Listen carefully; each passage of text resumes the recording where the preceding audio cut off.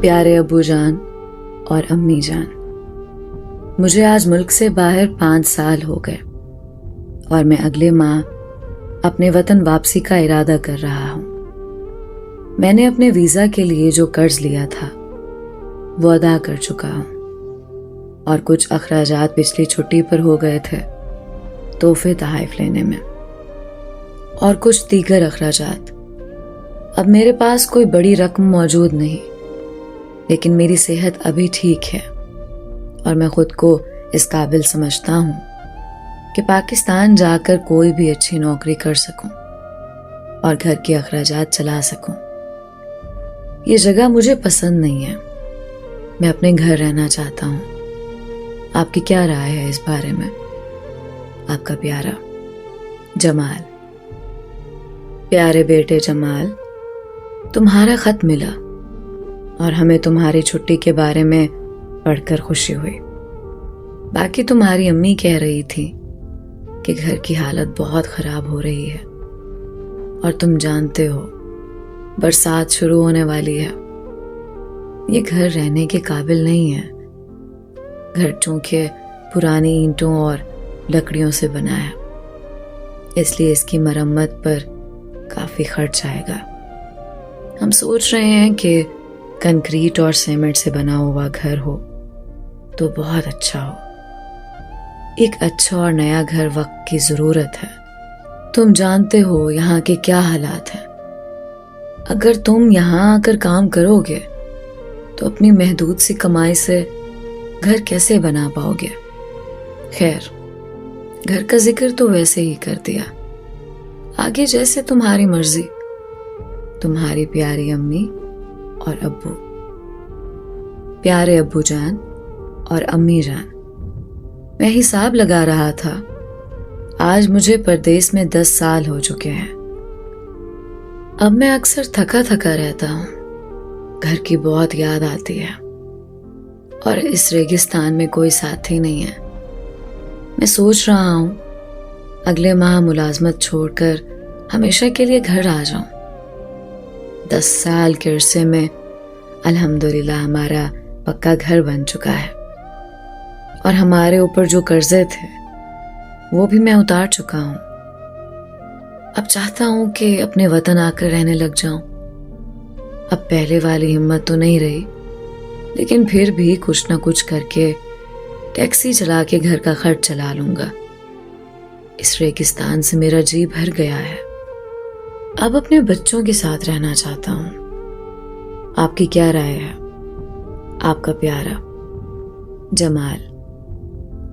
پیارے بیٹے جمال، تمہارا خط ملا اور ہم پچھتا رہے ہیں اس وقت کو جب ہم نے تمہیں باہر جانے دیا۔ تم ہمارے لیے اپنے لڑکپن سے ہی کام کرنے لگ گئے۔ ایک چھوٹی سی بات کہنی تھی بیٹا، تمہاری بہنا زینب اب بڑی ہو گئی ہے، اس کی عمر 20 سے اوپر ہو گئی۔ اس کی شادی کے لیے کچھ سوچا؟ کوئی بچت کر رکھی ہے اس کے لیے کہ نہیں؟ بیٹا، ہماری تو اب یہی خواہش ہے کہ زینب کی شادی ہو جائے اور ہم اطمینان سے مر سکیں۔ بیٹا، ناراض مت ہونا، ہم تم پر کوئی بوجھ نہیں ڈالنا چاہتے۔ تمہاری پیاری امی اور ابو۔ پیارے ابو جان اور امی جان، آج مجھے پردیس میں 14 سال ہو گئے۔ یہاں کوئی اپنا نہیں ہے۔ دن رات گدھے کی طرح کام کر کے میں بیزار ہو چکا ہوں۔ کمہار کا گدھا جب دن بھر کام کرتا رہتا ہے تو رات کو گھر لا کر اس کا مالک اس کے آگے پٹھے ڈال دیتا ہے اور اسے پانی بھی پلاتا ہے، پر میرے لیے تو وہ بھی کوئی نہیں کرتا۔ کھانا پینا بھی مجھے خود ہی کرنا پڑتا ہے۔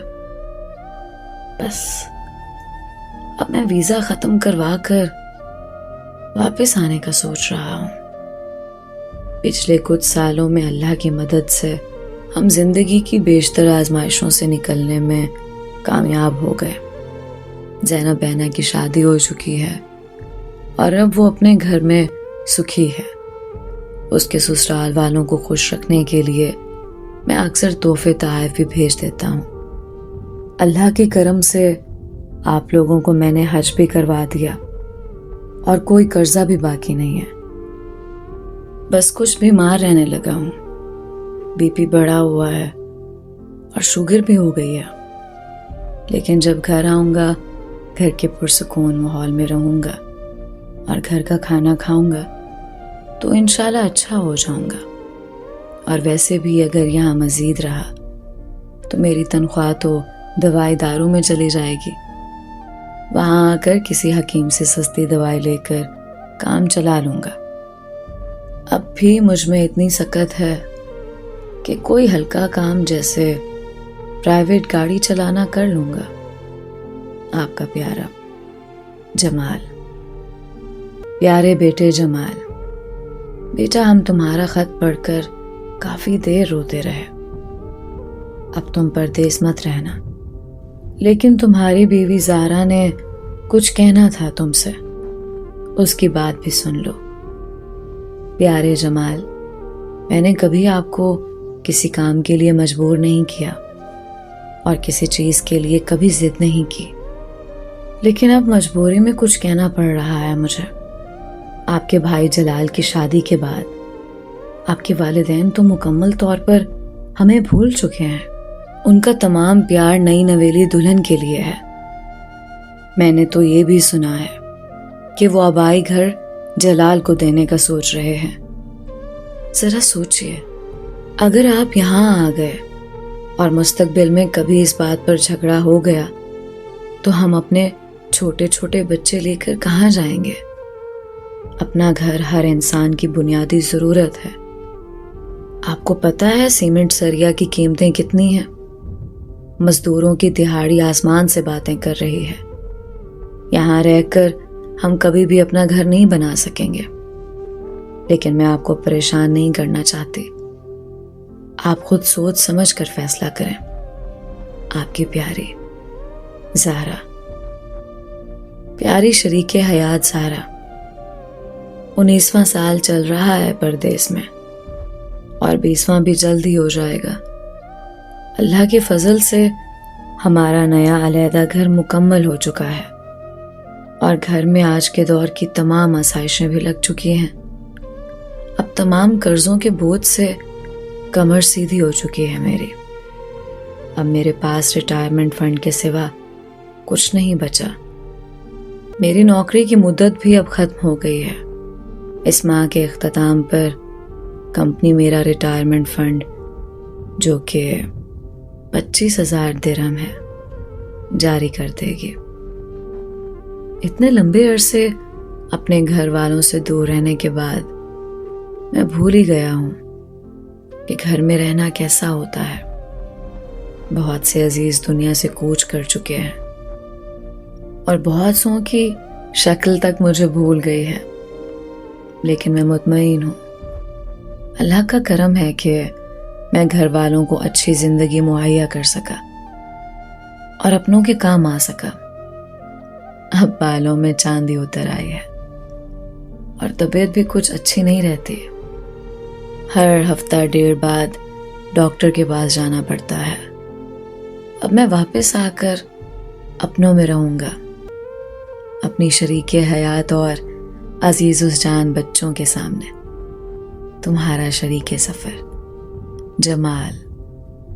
پیارے جمال، آپ کے آنے کا سن کر میں بہت خوش ہوں. چاہے پردیس میں کچھ لمبا قیام ہی ہو گیا، لیکن یہ اچھی خبر ہے. مجھے تو آپ کے آنے پر کوئی اعتراض نہیں، لیکن بڑا بیٹا احمد ہے نا، وہ ضد کر رہا ہے کہ یونیورسٹی آف لاہور میں ہی داخلہ لے گا. میرٹ تو اس کا بنا نہیں، مگر سیلف فنانس سے داخلہ مل ہی جائے گا. کہتا ہے کہ جن کے ابو باہر ہوتے ہیں سب یونیورسٹی آف لاہور میں ہی داخلہ لیتے ہیں. پہلے سال 4 لاکھ فیس ہے اور اگلے 3 سال میں ہر سال 3 لاکھ. اور ہم نے پتہ کروایا ہے تو یونیورسٹی والے انسٹالمنٹ میں فیس بھرنے پر راضی ہو گئے ہیں. اس ماہ کی 30 تک فیس کی پہلی قسط بھرنی پڑے گی. آپ کے جواب کے منتظر، آپ کی پیاری زہرا.